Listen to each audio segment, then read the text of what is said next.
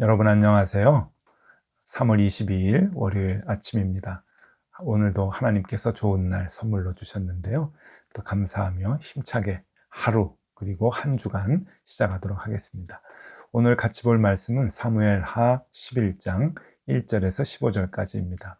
이게 주일 본문도 포함되는데요. 어제 본문이 이게 중요해서 오늘 같이 보도록 하겠습니다. 1절부터 읽어드립니다. 그 해가 돌아와 왕들이 출전할 때가 되매 다윗이 요압과 그에게 있는 그의 부하들과 온 이스라엘 군대를 보내니 그들이 암몬 자손을 멸하고 랍바를 에워쌌고 다윗은 예루살렘에 그대로 있더라. 저녁 때에 다윗이 그의 침상에서 일어나 왕궁 옥상에서 거닐다가 그곳에서 보니 한 여인이 목욕을 하는데 심히 아름다워 보이는지라. 다윗이 사람을 보내 그 여인을 알아보게 하였더니 그가 아뢰되 그는 엘리암의 딸이요 햇사람 우리아의 아내 밧세바가 아니니까 하니 다윗이 전령을 보내어 그 여자를 자기에게로 데려오게 하고 그 여자가 그 부정함을 깨끗하게 하였으므로 더불어 동침함에 그 여자가 자기 집으로 돌아가니라. 그 여인이 임신함에 사람을 보내 다윗에게 말하여 이르되 내가 임신하였나이다 하니라. 다윗이 요압에게 기별하여 햇사람 우리아를 내게 보내라 하매 요압이 우리아를 다윗에게로 보내니 우리아가 다윗에게 이르매 다윗이 요압의 안부와 군사의 안부와 싸움이 어떠했는지를 묻고 그가 또 우리아에게 이르되 내 집으로 내려가서 발을 씻으라 하니 우리아가 왕궁에서 나가매 왕의 음식물이 뒤따라가니라. 그러나 우리아는 집으로 내려가지 아니하고 왕궁문에서 그의 주의 모든 부하들과 더불어 잔지라. 어떤 사람이 다윗에게 아뢰되 우리아가 그의 집으로 내려가지 아니하였나이다.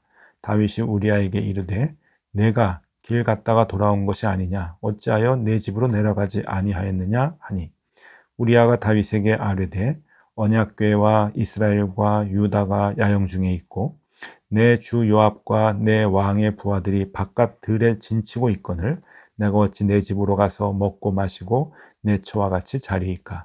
내가 이 일을 행하지 아니하기로 왕의 살아계심과 왕의 혼의 살아계심을 두고 맹세하니이다 하니라. 다윗이 우리아에게 이르되 오늘도 여기 있으라. 내일은 내가 너를 보내리라. 우리아가 그날에 예루살렘에 머무니라. 이튿날 다윗이 그를 불러서 그로 그 앞에서 먹고 마시고 취하게 하니 저녁 때에 그가 나아가서 그의 주의 부하들과 더불어 침상에 눕고 그의 집으로 내려가지 아니하니라. 아침이 되면 다윗이 편지를 써서 우리아의 손에 들려 요압에게 보내니 그 편지에 써서 이르기를 너희가 우리아를 맹렬한 싸움에 앞세워 두고 너희는 뒤로 물러가서 그로 맞아 죽게 하라 하였더라. 아멘. 네, 어제 주일 본문과 오늘 본문의 말씀 함께 봤습니다. 열왕기하 11장 이 말씀은 그냥 한두 절씩 그렇게 잘라서 깊게 보면 참 좋겠다 싶은데 그렇지 못합니다. 우리가 이 일정대로 가다 보니까 많은 부분을 함께 다뤄야 되는데 다 다루지 못하는 것이 좀 안타깝습니다. 사무엘하 11장의 제목은 아마 다윗의 간음과 살인 그렇게 붙여도 될 것 같습니다. 그래서 합쳐서 다윗의 범죄 그렇게 이제 보게 되는데 정말 차마 설명을 다 드릴 수 없을 만큼 다윗의 그 부끄러운 모습, 치부가 다 드러나는 어떻게 그렇게 하나님께서 좋아하셨던 다윗이 이렇게 치밀하게 이렇게 어처구니 없는 범죄를 저지를 수가 있을까? 그냥 한 여인과 간음을 했다라고 하면은 이해가 가는데 그 뒤에 그것을 수습하려고 하는 그 모습이 너무 치밀하고 졸렬하게 보이는 그 모습이 보는 이로 하여금 안타깝게 합니다. 오늘은 이 말씀 가운데서 다윗이 왜 범죄하게 되었는가 하는 이유를 우리가 좀 알아보고요. 또 우리도 우리 삶 속에 이러한 일들이 우리에게도 찾아오지 아니하도록 이길 수 있는 그러한 그 교훈을 좀 얻어볼까 합니다. 지금 상황은 굉장히 어수선한 상황입니다. 그러니까 태평성대하던 이스라엘, 성장하고 강해지던 그 이스라엘의 첫 번째 온 위기가 아니었는가 하는 생각이 듭니다. 지금 암몬과의 그 전쟁인데요. 그 암몬의 왕 나하스하고 화친을 맺었다가 나하스가 죽고 난 뒤에 그 아들 이제 한운이라고 하는 왕이 오르면서 이제 그 화친을 깨고 이스라엘과 한판 붙자, 이제 그래서 전쟁을 치르게 되는 것이죠. 그런데 이 그 암만이라고 하는 곳, 그러니까 이게 성경에 보면은 이제 암몬이죠. 이 암몬은 암몬의 성이 있는데 그 성 이름이 그 라빠성입니다. 지금 이제 암만이고 요르단의 수도인 암만이고요. 지도를 좀 보시면은 예루살렘에서 직선거리로 보면은 한 100km 정도 떨어져 있는 곳이지만 이게 이제 국경을 넘어가야 되기 때문에 지금은 다니기가 굉장히 어렵습니다. 근데 예전에는 어쨌든 이렇게 말을 타고 뭐 이렇게 달려가도 정말 오래도록 가야 되는 하루길이 되는 이제 그러한 거리인데, 이제 그곳에 이제 모든 군대 화력을 동원해서 요압 장군이 전쟁을 치러 갑니다. 그러니까 암몬을 함락시키러 이제 가는 거죠. 그래서 성경을 보니까 그 암몬 족속들을 다 물리치고 이제 그 라빠라고 하는 그 중심에 있는 성을 에워쌌다고 하는 겁니다. 그 성만 함락을 하면은 전쟁에서 모두 승리하게 되는 거죠. 근데 지난번에도 말씀드렸듯이 이 라빠라고 하는 성, 그러니까 이 암몬 성이죠. 이 암몬 성이라고 하는 곳이 함락시키기가 굉장히 어려운 곳입니다. 해발 800m 위에 또 성벽을 높이 쌓아가지고 성을 만들었기 때문인데, 사진을 한번 보시죠. 이게 그 성벽의 사진입니다. 굉장히 높죠. 높고 견고하고, 지금까지 저 성벽이 이제 남아 있어서 성지순례를 가면은 요르단에 이곳을 이제 늘 갑니다. 여기 가면은 가이드가 늘 설명을 하죠. 여기에서 우리야 장군이 죽었습니다. 이제 그러는데 바로 그 장소입니다. 다른 각도로 보는 이제 사진도 있고요.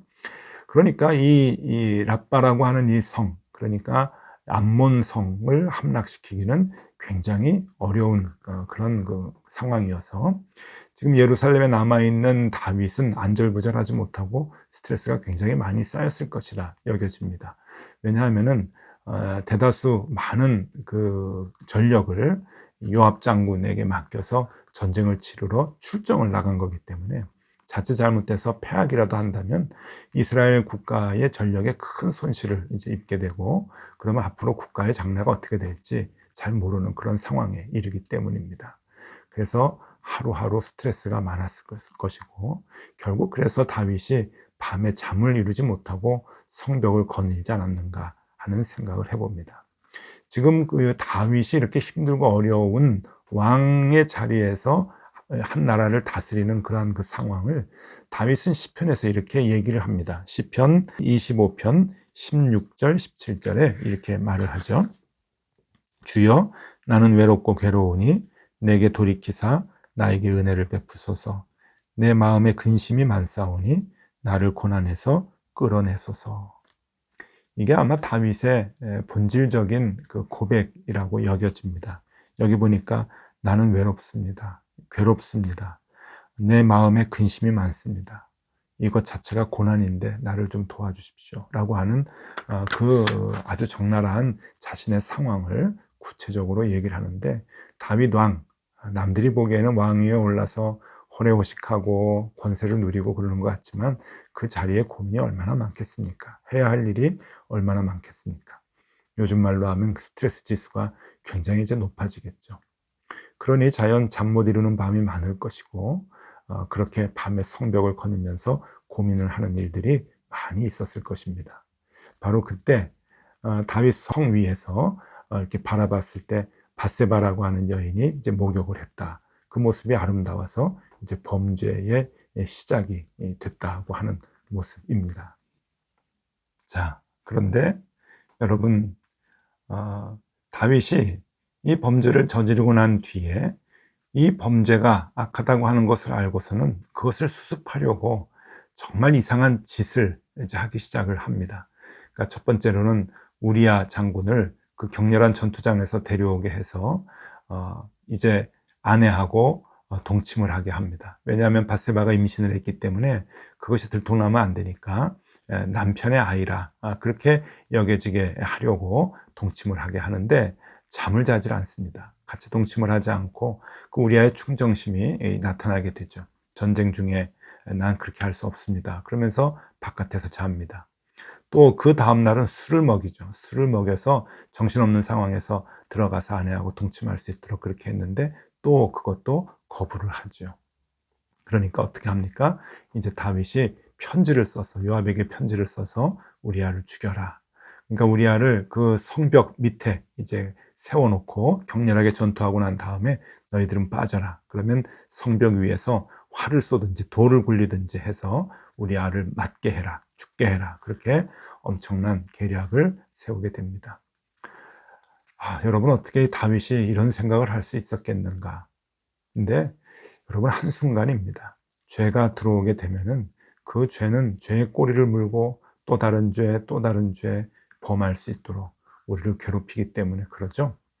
여러분 오늘 이 10계명의 기준으로 봤을 때 다윗은 제일 먼저 10번째 계명을 범했습니다. 그러니까 내 이웃의 집을 탐내지 말아라 라고 하는 그 10번째 계명을 범하니까 그것이 꼬리를 물고 7번째 계명 간음하지 말라라고 하는 죄를 범하게 하고 또 그 7번째 계명을 범하고 난 뒤에 그것이 6번째 계명 살인하지 말라라고 하는 계명을 어기게 합니다. 그러니 이게 도미노 현상과 같이 하나하나 다 이렇게 줄줄이 무너지면서 결국은 거짓말도 하게 되고 하나님의 일을 망령되게 일컫게 되고 하나님을 믿지 않는 것까지 드러나게 되어서 결국은 십계명 전체를 다 어기는 그런 엄청난 범죄를 저지르게 됩니다. 그 시작이 무엇입니까?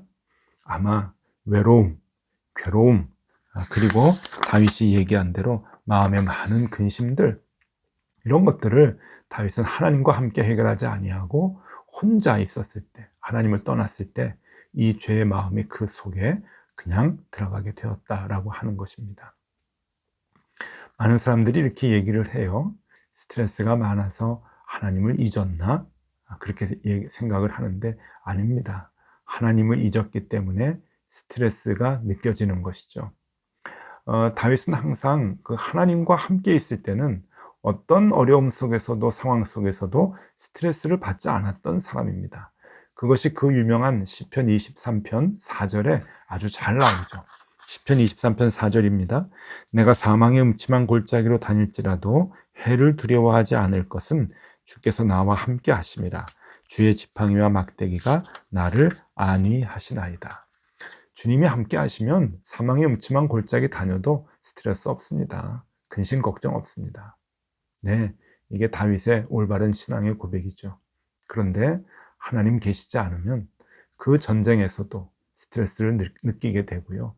잠을 못 이루게 되고 외로워하고 근심 속에 쌓이게 되는 것이죠. 그러니까 결국 다윗의 죄의 시작과 그 뿌리는 하나님을 떠났다라고 하는 겁니다.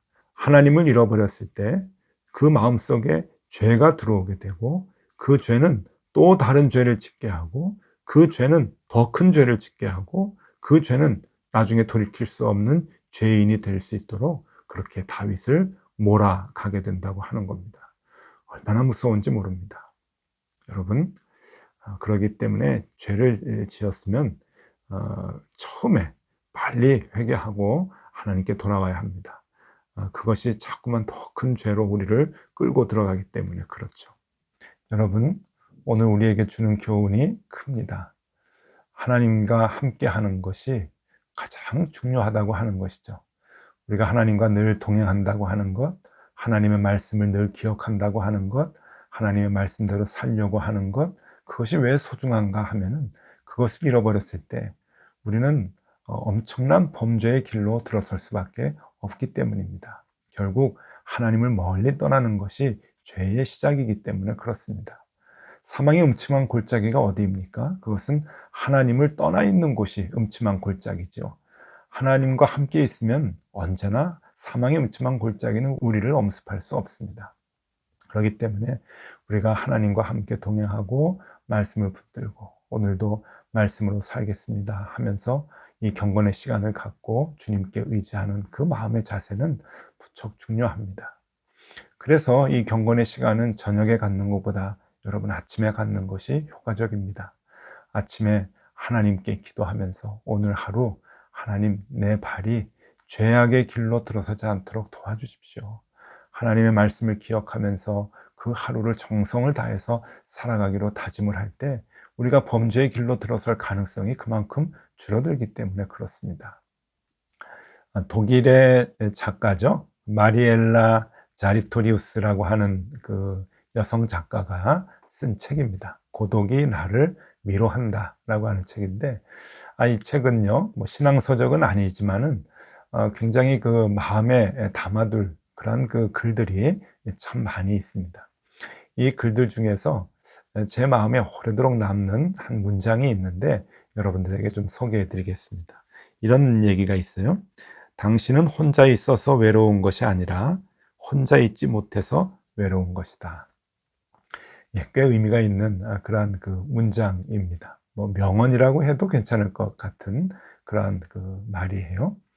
우리는 혼자 있다고 자꾸 이제 외로워하죠. 혼자 있어서 외롭다, 외롭다 그러는데 혼자 있는 것이 외로운 것이 아니고 우리는 혼자 있지 못해서 외롭다라고 하는 얘기인데요. 신앙에 관한 얘기는 아니지만 제가 이 문장을 보면서 이거는 신앙인에게 적용되는 말이구나 라고 하는 생각을 했어요. 그래서 제 생활에 많이 적용을 하고 또 비춰보는 그런 그 말이 됐는데, 우리가 혼자 있을 때 그건 혼자가 아닙니다. 하나님하고 함께 있는 시간이죠. 그 하나님하고 함께 있는 시간은 굉장히 소중하죠. 그래서 우리는 외롭지 않습니다. 혼자 있다고 외로운 것이 아니라 하나님의 말씀을 보고 하나님을 생각하고 하나님의 뜻이 무엇인지 분별하려고 애를 쓰는 그 마음이 우리에게 많으면 많을수록 여러분, 우리는 바른 삶을 살아갈 수가 있는 것이죠. 하나님께서는 오늘 우리에게 그것을 요구하고 계십니다. 다윗의 범죄를 보면서 손가락질할 것이 아니라 우리도 똑같은 상황이면 다윗보다 더하면 더했지 덜하지 못할 것입니다. 그러니 가장 중요한 것은 하나님과 떨어져 있지 않는 것이죠. 여러분, 오늘은 요거 하나 기억하면 좋을 것 같습니다. 하나님과 붙어 있게 해주십시오. 하나님의 말씀을 늘 품고 살게 해주십시오. 우리도 범죄의 길에 들어서지 아니하도록 하나님 늘 우리와 함께 해주십시오.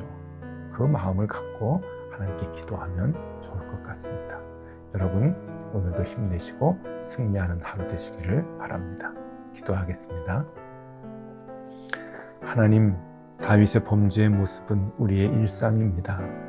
하나님, 다윗의 그 파렴치한 모습은 우리가 늘 살아가는 방법입니다. 도와주시옵소서. 늘 하나님의 말씀을 붙들게 해주시고 말씀이 내 삶을 지배하게 하여 주옵소서. 주님의 숨결에서 벗어나지 않는 하루가 되게 하여 주시옵소서. 예수 그리스도 이름으로 기도드리옵나이다. 아멘. 네, 함께 기도하시겠습니다.